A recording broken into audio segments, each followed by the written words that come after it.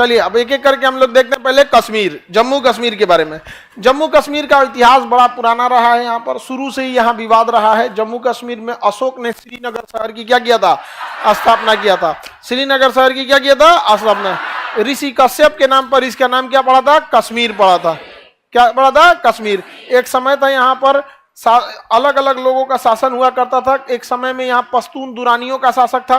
पश्तून दुरानी से इसमें सिख शासकों ने कब्जा कर लिया, तो ये किसके पास चला आया, सिख शासक से। सिख शासकों को हरा दिया अंग्रेजों ने, तो कश्मीर पर किसका आ गया, अंग्रेजों का।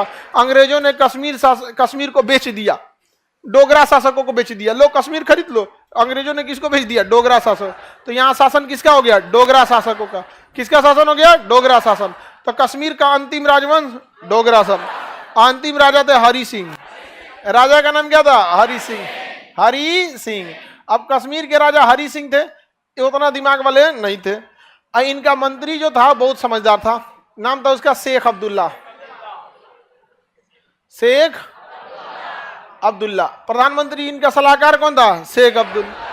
अब जब देश आजाद हुआ तो अंग्रेजों ने भारतीयों से कहा कि देखिए जितने भी छोटे छोटे राजा हैं वो या तो भारत में मिल जाए, या मन कर रहा है तो पाकिस्तान में मिल जाए, या मन कर रहा है तो क्या करे, अपना देश बना ले। सोचिए अंग्रेज सब, भारत है यहाँ, आजाद करके जाओ ना यहाँ से, आगे बढ़े। तो बताइए हरि सिंह के प्रधानमंत्री कौन थे, शेख। हरि सिंह को इन्हें कहा था अपना अलग देश बनाइए, कश्मीर क्या रहेगा, अपना देश बनेगा। बताइए धर्मशाला बना रहे हो लोग। देश बनाने के लिए इतना नॉर्मल चीज होता है, केवल जमीन का टुकड़ा थोड़ी चाहिए, उतना आपके पास सक्षम वातावरण होना चाहिए, सेना होनी चाहिए, अर्थव्यवस्था होनी चाहिए। सेब बेच के देश बना लेंगे।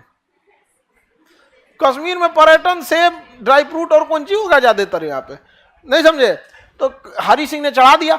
अब हरि सिंह साइने नहीं करे, सरदार पटेल कहे हरि सिंह को कि साइन कर ले भाई, क्या कर दो, साइन कर दो। अच्छा अंग्रेज जब इतना खच रहा था, सब देश आजाद हो गया 1947 में, देश आजाद हो गया 1947, लेकिन सेनापति अंग्रेज का था। सेनापति किसका था, अंग्रेज। कहा कि जब तक आप संविधान नहीं बनाएंगे सेनापति किसका रहेगा, अंग्रेजों का ही रहेगा। अब सेनापति कानून के हिसाब से चल रहा था। सरदार पटेल ने कहा कि हमला कीजिए, कश्मीर हमारा होगा। तो कहा कैसे कर देंगे आप, साइन करके देगा, हम अभी हमला कर देंगे। हरि सिंह साइन नहीं कर रहा था। जिन्ना के पास भी जो सेनापति था वो भी कौन था, अंग्रेज। जिन्ना ने भी कहा कि हमला करो इस पे। कहा हमला कैसे कर दे, हरि सिंह साइन करके देगा, कश्मीर पाकिस्तान में मिलेगा तो हम हमला कर देंगे। यानी दोनों के पास बराबर मामला था। लेकिन जिन्ना ने क्या किया, एक गलत सहारा लिया। उसने कहा कि कुछ लोगों को चढ़ा के का बंदूक दिया, हथियार दिया, कहा जाको मारो कश्मीरियों को। न्यू ही खराब हो गई, क्योंकि जब आप किसी को बंदूक चलाना सिखा देते हैं तो फिर वो लाइफ टाइम बंदूकें चलाएगा। शेर को जब मांस लग जाता है तो खिचड़ी नहीं खाएगा वो। हम लोगों ने क्या किया, ये इंसानियत बनाया, और उसने क्या किया, हमला कर दिया। और यहां जब आप हमला करने किसी को इलीगल भेजते हैं ना, तो कहेंगे एक आदमी को मारने के लिए तो 10 आदमी को मार देगा। सेना अगर हमला करेगी तो मार के काम खत्म होगा, लौट आएगी। नॉर्मल आदमी को भेजा, मार देगी, उसका दुकान शटर तोड़ देगी। सोना का दुकान है, लूट यहाँ। एथिक्स खत्म, मोरल खत्म, कोई कंट्रोल करने वाला नहीं रहेगा, लूट खसोट ज्यादा हो जाएगा। जबकि बाकी में ऐसा नहीं होता है। आप ही लोग को पुलिस बंदूक दे दिया, कहा जाए कि पूरे शहर की सुरक्षा व्यवस्था आपके हाथ में, रात में तुम ही लोग ताला तोड़ने लगेगा। नॉर्मल पुलिस रात भर आपका दुकान किसके भरोसे बंद रहता है, पुलिस का। कभी सोचे जिस दिन वो चाह देगी क्या होगा, एक सड़क पे 2 जीप उधर 2 जीप इधर, भाग यहां से, रास्ता खाली हो जाएगा। लेकिन आप कितनों गरिया लीजिए पुलिस को, लेकिन अल्टीमेट आप उन्हीं के पास जाते हैं। सोचिए आज हम लोग आवाज उठाते हैं पुलिस के ऊपर, आधा घंटा लग गया पुलिस को आने में। भाई आपके घर से पुलिस स्टेशन जितना दूर है ना, पुलिस स्टेशन से आपका घर भी उतने दूर है। तो हर इधर से कौन घुसा दिया, सेना, जिन्ना। सेना घुसाया कि आतंकवादी, सबको आतंकवादी ने जमीन कब्जा किया ही, लोगों का सामानों लूटने लगे सब। हद तब हो गया जब वहां वो हमला करते थे सब ना, तो इतना एरिया कब्जा किए, तो वहां महिलाओं को लेके, लड़कियों को लेके जाने का हम ब्याह करेंगे। आगे बढ़ा ना तो एक और लड़की दिखी तो एक से कर लेंगे हम। लूट खसोट इतना रद्द कर दिया, इतना तबाह कर दिया कि हरि सिंह कहा कि भाई अब हमरो यहां से उठा मत ले जाए दिख। तब हरि सिंह भागे भागे आए सरदार पटेल से मदद मांगने, नेहरू से। नेहरू जी हमारी मदद कीजिए, तो क्या जरूर करेंगे। सरदार पटेल कहे जरूर करेंगे, पहले साइन कराइए करा से। ढेर होशियार बन रहा था तो साइन किया, मैं भारत में विलय करता हूं। तो भाई हरि सिंह का तो एरिया ये पूरा है ना, ये पूरा एरिया है। और जब उन्होंने साइन किया, मतलब पूरे के लिए साइन किया, लेकिन जब तक वो साइन किए अक्टूबर में आके साइन किया। आजादी मिली थी कब? अगस्त में। अगस्त, सितंबर, अक्टूबर, लास्ट अक्टूबर, 26 अक्टूबर को जाके कर रहा है। बताइए, अक्टूबर खत्म करके 26 अक्टूबर को कर रहा है। 3 महीना में कितना हमला हो जाएगा समझ रहे हैं आप लोग यहाँ पे?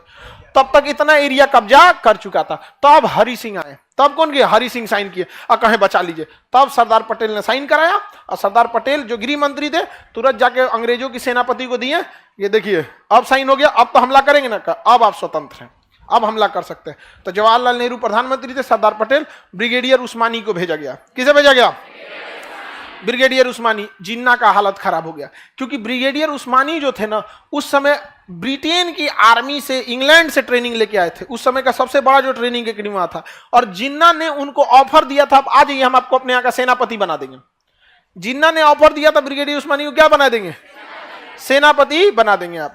तो ब्रिगेडियर उस्मानी ने कहा कि जिस देश की धरती की शपथ लिए थे, जिस देश की धरती का हमने मेडल पहना था, जिसने हमें नौकरी दिया था, और जब हथियार उठाने से पहले जब हम सर्विस में आए थे तो जो शपथ लिए थे, आपके सेनापति बनने के लिए हम उस भारत का शपथ कैसे भूल जाए? भूल जाइए, आपका पाकिस्तान बन गया है, मरेंगे तो इसी धरती पे मरेंगे यहाँ पर। तो ब्रिगेडियर उस्मानी को जब कमांड दिया गया तो उसके बाद से पाकिस्तानी 1 इंच आगे नहीं बढ़ सके थे।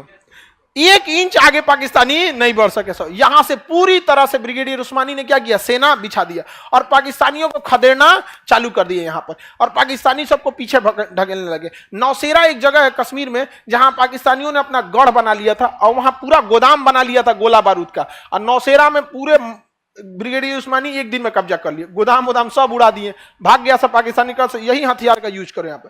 ब्रिगेडियर उस्मानी की एक समझिए अच्छाई कही है, खराबी ढीठ बहुत थे, ढीठ बहुत थे। वहां पे युद्ध के मैदान में ही जाके उनको समझाते थे अपने सैनिकों को। अब जगह कोई सिपाही है और उसके बीच में ब्रिगेडियर आ गया, ब्रिगेडियर का पावर बहुत बड़ा होता है, समझ में आ गया कि नहीं आ गया? जब सामने ब्रिगेडियर खड़ा रहे तो सिपाही का मनोबल इतना बढ़ जाएगा कि कुछ उखाड़ के फेंक देगा सब वहां पे। इसी बीच में जब ब्रिगेडियर उस्मानी थे तो एक तोप का गोला इनके ऊपर आके गिर गया। हालांकि कई बार ये बच चुके थे।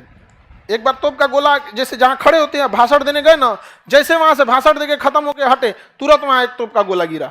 जिस जगह पे थे भाषण दे रहे थे उसी जगह पे, जैसे खत्म हो गया उसका, जैसे गए अपने जीप में बैठे वहीं गोला गिर गया। तो लोगों ने बताया कि सर आप जहां थे वहीं पे तोप का गोला गिर गया था।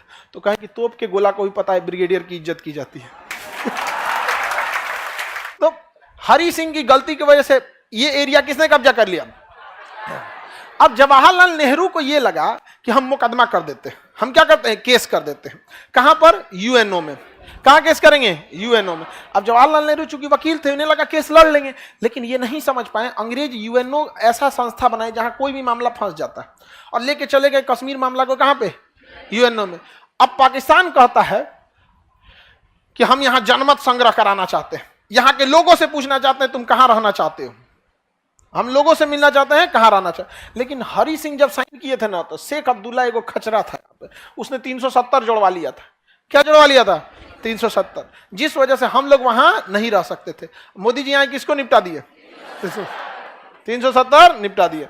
सरदार पटेल ने साइन करा लिया, ब्रिगेडियर उस्मानी तबाह कर दिए, और नेहरू कहां लेके चल गए? यूएनओ में। देखिए, नेहरू अगर यूएनओ में ले गए तो आप भले नेहरू की गलती कीजिए, लेकिन गलती जो है यूएनओ की है। यूएनओ छाती पीट के चिल्लाता है यूक्रेन में क्या हो गया, यूक्रेन, अरे सीरिया में क्या हुआ था, अफगानिस्तान में घुस के मारे लोग, क्या हुआ था अफगानिस्तान में, इराक में क्या किया, सब तबाह कर दिया सब इराक में। ये इनकी लॉयल्टी केवल अपने वेस्टर्न कल्चर के लिए है, याद रखिएगा। बाकी हम लोग को मजबूरी है इन चोटों की, हम लोग को इज्जत से बात करता है, वरना जिस दिन हम लोग गूगल, यूट्यूब, फेसबुक, हैंडसेम का बहिष्कार करेंगे लोग ना, उस दिन शांत हो जाएंगे ये लोग। यहाँ पर समझ में आएगी नहीं आ गया? यहाँ पे तो 370 जोड़ देने की वजह से हो गया। अब यूएनओ में पाकिस्तान क्या कहता है कि हम यहाँ पे चुनाव कराना चाहते हैं। अब समस्या ये है कि पाकिस्तान ने कश्मीर मुद्दा को कभी भी एक जमीन की लड़ाई नहीं बनाया, बल्कि धर्म की लड़ाई बना दिया। किसकी लड़ाई बना दिया? धर्म की। और माइंड गेम खेलता है पाकिस्तान कैसे, ध्यान से समझिएगा। पाकिस्तान का माइंड गेम कैसे है, वो अपने आतंकवादियों को भेजता है कहाँ पे? कश्मीर में, और कहेगा नमाज पढ़ने वाली टोपी पहनो। आप बताओ, लड़ाई लड़ने के लिए तो हेलमेट पहनना चाहिए ना। हम ही लोग अगर कहीं लड़ाई लड़ने जाएंगे तो क्या गमछा बांध के जाएंगे कि टोपी पहन के जाएंगे? हेलमेट पहन के जाएंगे। हेलमेट नहीं भेजता, क्या भेजता है? टोपी, और टोपी में भी नमाज वाला।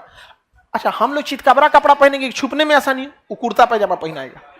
उसका मकसद कभी कश्मीर मुद्दा जमीन का रहा ही नहीं, वो बार बार इसे धर्म पे ले जाना चाहता है, ताकि मरने वाले के बाद क्या पता चले, धर्म पता चले। जानबूझ के वो भेजना चाहता है। समझ में आएगी नहीं आगे पे? उसके बाद भी उसने क्या किया, कश्मीर को किस तरह से बर्बाद करना चाहे। अपने आतंकवादियों को बोलता था जाओ गोली चलाना और घर में घुस जाना, और उस सब बैग में बुर्का लेके आते थे सब, नकाब, और जानबूझ के नकाब में बैठ जाते थे सब, ताकि आर्मी आएगी, अगर नकाब नहीं चेक करेगी तो गोली मार देगा सब, और चेक करेगी तो आतंकवादी मराएगा सब। लेकिन एक के चक्कर में तो सबका चेक करना पड़ेगा, और जब चेक करेंगे तब पाकिस्तान कहेगा देखो देखो क्या होता है। अब भाई किसी का कोई घूंघट, देखिए नकाब तो एक बहुत ज्यादा कवर होता है, घूंघट तो नॉर्मल कवर होता है, अगर कोई घूंघटो उठा के चेक करते एक तो ईगो वाली बात आएगी कि नहीं आएगी। तो पाकिस्तान का माइंड गेम समझ रहे हैं, इसलिए इंडियन आर्मी घरे उड़ा देती है अब। तो भाई कैसे मजबूरी हो गई थी कि नहीं, इसलिए आर्मी ने भी अच्छा उपाय किया, रात में घर में घुसेंगे ना, चारों ओर से घर में घेर लेती है, जा चारों ओर से जीप गाड़ी लगा के, बुलेट उठ लगा, हाँ दिन हो जाने दो, क्योंकि रात में कार्रवाई होगा, फिर पाकिस्तान बवाल करेगा यहाँ पे। अब दिन हो जाएगा, पूरे मोहल्ले वाले जुट जाएंगे, आराम से बोला जाएगा इंडियन आर्मी है यहाँ पर, आपको घबराने की जरूरत नहीं है, अगर तुम आतंकवादी भी हो तो हथियार फेंक के बाहर आ जाओ, हम तुम्हें नहीं मारेंगे। तो कई वो आतंकवादी भी हथियार फेंक के बाहर आ जाते हैं। इंडियन आर्मी फिर उसे शिक्षा देती है, सब कुछ कराती है, उसके बॉन्ड भरवाती है, गार्जियन को करती है, उसके बाद फिर उसे समाज की मुख्य धारा में लेके आती है। तो धीरे धीरे समय लगेगा, एक इतना लंबा समय से इसने रद्द कर दिया है तो एक समय ज्यादा लग जाएगा, क्योंकि 370 हटने के लगभग 30 से 40 साल लगेगा उसे किस में आने में, मुख्य धारा में आने में। तो पाकिस्तान ने कश्मीर का वह हिस्सा कब्जा कर लिया जो हरि सिंह के साइन नहीं किया था जब तक, और इस एरिया को कहते हैं पाक ऑक्युपाइड कश्मीर। क्या कहते हैं? पाक ऑक्युपाइड कश्मीर, POK। क्या कहेंगे? पाक ऑक्युपाइड कश्मीर। ये 30% है। कितना परसेंट है? तो पाक ऑक्युपाइड कितना परसेंट है? कब कब्जा किया? 1948 तक। 1948 तक में क्या कर लिया? कब्जा कर लिया। इसी को खाली कराने के लिए जवाहरलाल नेहरू कहां चले गए? इंटरनेशनल कोर्ट में चले गए। अभी यूएनओ कहता है कि यहां जनमत संग्रह कराइए। क्या कराइए? जनमत संग्रह कराइए। भारत भी रेडी हो जाता है, कहता है ठीक है कराइए। लेकिन जब जनमत संग्रह होगा तो वहां पाकिस्तान की सेना नहीं रहनी चाहिए, तो पाकिस्तान की सेना पीछे हटाइए। तो पाकिस्तान कहता ना ना, हम जैसे पीछे हटाएंगे तो चढ़ के कब्जा कर लेगा, कहेगा जनमत तो संग्रह नहीं होगा। देखिए यही डरा हुआ है, क्योंकि जनमत संग्रह तब होता है जब वहां आप अपनी सेना हटाएंगे, तब आप अपनी सेना रख के कैसे कर सकते हैं आप? तो पाकिस्तान कहता है ठीक है यूएनओ की सेना रहेगी। तो यूएनओ में सबसे ज्यादा कहां की सेना है? भारत की।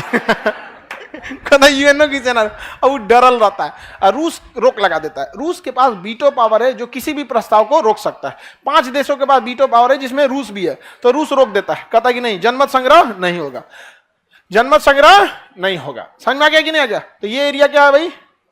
POK। कितना परसेंट? कितना परसेंट? 30%। आगे बढ़े। अब देखिए ध्यान से, इधर का एरिया कहलाता है अक्साई चीन। चाइना ने 1962 में कब्जा कर लिया। कौन सा? अक्साई चीन। 1962 में कौन कब्जा कर लिया? कितना परसेंट? 10%। तो इधर से अक्साई चीन किसने कब्जा कर लिया? अब POK कौन कब्जा कर लिया? भारत का दोनों ओर से मुड़िए उड़ा दिया। समझ में आ गया कि नहीं आ गया? अब ये जो हम लोग नक्शा दिखाते हैं ये हमारा ओरिजिनल नक्शा है, लेकिन वास्तविक रूप से ये स्थिति नहीं है। इधर कौन कब्जा किया? इधर कौन कब्जा किया? चाइना ने कब्जा कर रखा है। किसी को दिक्कत है तो बताया जाए। ये एरिया कौन सा हो गया आपका? अक्साई चीन। सियाचिन किसके पास है? सियाचिन भारत के पास है। सियाचिन भारत के पास। एक बार पाकिस्तान ने ना 1984 में सियाचिन पर कब्जा कर लिया। 1984 में कहां कब्जा कर लिया?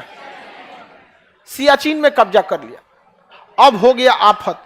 यहां का टेम्परेचर होता है -60 डिग्री सेल्सियस। कितना डिग्री? ऐसे थूकिएगा ना तो थूक जमीन पे गिरने से पहले जम जाता है, यानी अगर किसी को थूक दीजिएगा तो उसको चोट लगेगा, इतना ज्यादा ठंड पड़ता है। 20 सीटी लगाइएगा कुकर में तो आलू गलता है, या 20 सीटी में आलू गायब हो जाएगा। खत्म हो जाएगा 20 सीटी में। हाँ, 20 सीटी में क्या गलता है? आलू। वहां पानी होता ही नहीं है, खौलाना पड़ता है पानी के लिए। यहाँ पे इतना ठंड में कोई लड़ाई कैसे लड़ेगा? और उसमें पूरी क्या होती है, बर्फ जमी रहती है। अब -60 डिग्री सेल्सियस, अब पाकिस्तानिया जाके वहां कब्जा कर लिया। हम लोग को पता कैसे चला पता है? कुछ पर्वतारोही आए थे सब भारत में चढ़ने के लिए पहाड़ के, तो उनके पास कुछ नक्शा था, तो उन्होंने कहा कि अभी हम पाकिस्तान से भी परमिशन लेके आए हैं, उन्होंने भी हमें परमिशन दे दिया है सियाचिन पे चढ़ने के लिए। तो इंडियन आर्मी कहेगी रे चोट्टा कहीं कहा, सियाचिन पे चढ़ने के लिए परमिशन तुम पाकिस्तान से लाया है? तो भारतीय सेना जो थी समझदार थी, रिएक्ट नहीं की। समझदार आदमी रिएक्ट नहीं करता, देखिएगा ना, जो समझदार रहेगा ना उसके काम लायक चीज रहेगा तो उसमें सबसे कम रिएक्ट करेगा, ताकि आपको आभास ना होने दे। अच्छा कहा ठीक है पाकिस्तान से लिए, नक्शा देखा, एगो फोटोकॉपी करा के रख लिया। अब उसको बता देते तो पाकिस्तान में बोलता कि आपका नहीं है का हो, इंडियन आर्मी पूरी तरह हड़क गई थी। अब भारत ने सोचा कि बाप रे बाप, इस ससुरा पीओके ले गया, आक्साई चीन ले गया, चढ़ गया किस पे, सियाचिन पे। अब इंडियन आर्मी भेजी सियाचिन पे रेकी करने के लिए, रेकी मतलब जासूसी करने के लिए। जो गया उनको ठंडा मार दिया, वापस आए लोग, उन लोग पता चला कि यहां लड़ना असंभव है, क्योंकि जिस कपड़े की जरूरत है -60 डिग्री सेल्सियस का कपड़ा, ये कपड़ा हमारे पास अवेलेबल नहीं है। हम लोग ये कपड़ा लेके लड़ाई, नॉर्मल कपड़ा में लड़ाई नहीं लड़ पाएंगे। तब पता चला कौन कपड़ा बनाता है, तो नॉर्वे नामक एक देश था। एक देश का नाम क्या था? नॉर्वे देश वो कपड़ा बनाता था। तो भारत ने कहा कि ठीक है अगले साल हम लोग युद्ध करेंगे, हथियार वगैरह रेडी रखो, और नॉर्वे से कपड़ा मंगाते हैं। तो नॉर्वे से जब कपड़ा मंगाएंगे तो कपड़ा बहुत हल्का था और ठंड पूरा रोक लेता था। तो लोग, इंडियन आर्मी ने कहा कि ठीक है, नॉर्वे की कंपनी कहा कि हमको कपड़ा ऑर्डर करना है, 10,000 पीस हमको दे दीजिए। तो नॉर्वे ने ले लिया टेंडर, लेकिन कहा कि हम आपको 2 साल तक नहीं दे पाएंगे, क्योंकि अभी हमारे पास ऑर्डर बहुत ज्यादा है। तो भाई किसी कंपनी के पास ऑर्डर ज्यादा रहता है। तो इंडियन आर्मी ने रिक्वेस्ट कहा कि हमको अर्जेंट बेसिस में चाहिए, हमको दे दीजिए। तो उसने कहा कि देखिए हमें जो पहला भी ऑर्डर आया ना वो भी अर्जेंट बेसिस का है, पाकिस्तान का। तो इंडियन आर्मी यहाँ में ये कौन सी कर दिया रहे तुम यहाँ, अब तो पगला गए हम लोग, क्योंकि उसके पास कपड़े पहले से थे उसके पास, और एक्स्ट्रा मंगा रहा था कौन, पाकिस्तान। अब इंडियन आर्मी कहेगी 1 साल अगर रुकेंगे ना तो पहले ऑर्डर किसको मिलेगा, पाकिस्तान को, सियाचिन हाथ से निकल जाएगा।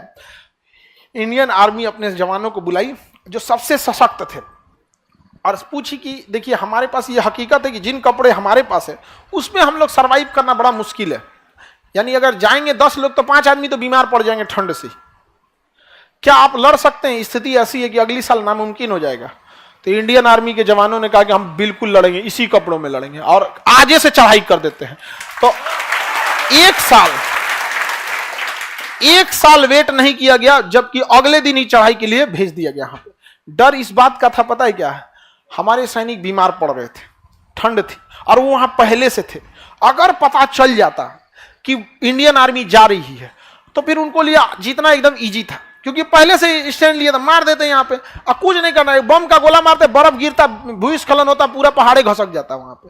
तो इंडियन आर्मी करे तो क्या, तो कहा गया कि आप लोग जब जाइएगा चढ़ाई कीजिएगा ना तो सफेद कपड़ा दिया गया, पूरा कपड़ा रहता था ये वाला ठंड वाला, और सफेद जैकेट दे दिया था, दस्ताना भी सफेद, सब चीज सफेद, मास्क भी सफेद, ठंड से बचाना होता ना, चश्मों का खोलवा जो रहता तो वो कौन चीज सफेद, सब चीज सफेद। और चलते तो लोग बर्फ में सफेद तो पता ही नहीं चलता था, दिख भी नहीं करता था यहाँ पे। लेकिन उनको सख्त आदेश दिया गया था कि आप रेडियो पे बात नहीं करेंगे, क्योंकि जैसे रेडियो पे बात करेंगे ना उसकी फ्रीक्वेंसी सुनाई देने लगती है, उसकी फ्रीक्वेंसी क्या करती है, सुनाई देती है। क्योंकि अगर आप जैसे अभी कोई वायरलेस पे बात कर रहा होगा ना रेडियो पे, आपके पास भी अगर वायरलेस वाला होगा ना एंटीना, अगर उस फ्रीक्वेंसी पे ले जाएंगे तो आपको भी बतिया सुनाई देने लगेगा। कहा कि इस पे मत रहना वरना पाकिस्तानी सुन लेंगे। सोचिए इंडियन आर्मी को कितनी तकलीफ हुई होगी कि उस दुर्गम परिस्थिति में जाना है जहां कपड़े भी उस लायक नहीं है, लड़ाई भी लड़ना है, बीमार पड़ गए तो रेडियो पे भी नहीं बता सकते, समझा कि नहीं। अब जब वहां पहुंचे कारगिल की लड़ाई एकदम सियाचिन पे, तो रास्ते में बहुत सारे लोग बीमार पड़ गए, लेकिन कैसे भी करके टेंट लगाया गया। टेंट लगाने से थोड़ा सा ठंड बच जाता है, हवा वगैरह, टेंट लगा के आराम कर रहे थे लोग। एक सिपाही था जो बाहर संतरी की ड्यूटी कर रहा था, क्योंकि एक आदमी जगता है बाकी सब लोग सोए रहते हैं, और जब वो जगते हैं तो उसको लोग सुला देते हैं। रात 2 बजा ना तो उसमें एक चुनमुन पांडे था, हाँ चुनुन पांडे, जो संतरी का ड्यूटी कर रहा था। उसको अचानक से दिखाई दिया ना कुछ सैनिक आ रहे हैं, अब करे क्या करे, कुछ सैनिक आ रहे हैं तो देखा कि कुछ सैनिक आ रहे हैं तो सोचा उठाने के लिए, तब तक देखा कि उधर से सैनिक फायरिंग पोजीशन पे हैं, तो इधर से चुनमुन पांडे ने क्या कर दिया, गोली चला दिया। और जब गोली चलाया तो उधर से भी क्या चलने लगी, गोली चलने लगी। गोली चलने लगी तो इसने जो निशाना लगाया था सटीक लगाया था, और इस निशाने से मारा, उधर 3-4 ठो मर गया, और उधर से भी गोली चलने लगी तो गोलीबारी की आवाज सुन के ये लोग जग गए। और तब तक जब देखे लोग तो तब तक इनको गोली लग चुकी थी, शहीद हो चुके थे, और गोली चलाइए रहे थे। तब तक ये लोग उठ के, और जो पाकिस्तानी उधर से आ रहे थे सबको मार के धड़धड़ा के नाच दिया, सब पाकिस्तानी वहां क्या हो गया, सब मर गया सब। अब जब पाकिस्तानी मर गया तो ये लोग को डबल खुशी थी, कपड़वा मिल गया। सच नहीं, ठंडा में कांप रहे थे यहाँ पे, समझ में आ गया कि नहीं। जबकि एक हमारा जवान क्या हो गया, शहीद हो गया। लेकिन सोचिए अगर वो लोग गोली चला देता और शहीद हो जाता तो इन लोग को सोए में आके गोली मार देता सब। अब इसने कितना समझदारी किया, धड़धड़ा के गोली चलाया कि भाई उठाए से अच्छा गोलियां क्या वजह से तो उठबे करेंगे, धड़धड़ा के मार दिया, सारे पाकिस्तानी क्या हो गए, सब मर गए सब। शहीद कौन जी, मर गए सब। यहाँ पाकिस्तानी क्या हो गया, मर गया। भारतीय सेना ने उसका क्या कर दिया, कपड़ा पहन लिया, उगारे फेंक दिया, भाग ऐसे छोटा। उनको दफना दिया गया। इंडियन आर्मी चाहे जितने भी पाकिस्तानी मारे जाते हैं हम लोग उनको दफनाते हैं, और बाकायदा जो इस्लामिक परंपरा है उस विधि से हम लोग क्या करते हैं, दफनाते हैं। देखिए लड़ाई अपने जगह पे है, संस्कार अपने जगह पे होता चाहिए। आप देखिएगा महाभारत और रामायण में जितनी लड़ाइयां हुई हैं लंका में, उससे ज्यादा खून खराबा तो कहीं नहीं हुआ, लेकिन संस्कार की हानि आप कभी नहीं देखिएगा। मरने के बाद ऐसा नहीं हो गया कि कहीं संस्कार विहीनता हुई थी, तो हम अभी भी उस परंपरा को, उसको दफना दिया गया। अब पाकिस्तान वाले जो थे सब, उन सबको लगा कि भाई उनकी आर्मी तो पहुंच चुकी है यहाँ पर, अब ये लोग रेडियो ऑन कैसे करें, यहाँ पे इतनी बड़ी जीत हो गई थी, बताइयो नहीं पाए लोग कि भाई कपड़ा मिल गया हमको। तब तक उधर पाकिस्तानी हेलीकॉप्टर आया खाना पहुंचाने के लिए। क्या पहुंचाने के लिए, खाना। अरे चोटा कहीं का यहाँ खाना वाला चल गया, खाना वाले ये लोग बढ़िया बढ़िया उधर से लाया होगा, बिरयानी उरियानी बना के खाना गिरा दिया, एक्स्ट्रा कपड़ा कंबल उम्बल सब गिरा दिया यहाँ पे। ये लोग कहेंगे thank you thank you thank you, पूरा गिरा दिया कपड़ा। अब ये लोग रेडियो चालू किए इंडियन आर्मी को, बेस कमांड को, कि 2-4 और एक आध बटालियन भेजिए, हम लोग यहाँ कपड़ा का इंतजाम कर लिए हैं। अब ये लोग रेडियो का कुछ ने दुकान खुलल है का? यहाँ कोनो चीज का दुकान ना खुलल है, आसपास खाली बर्फ दिख रहा है। यहाँ पे मार दिए लोग पाकिस्तानियों का, उसको उघारे रखे हैं उधर।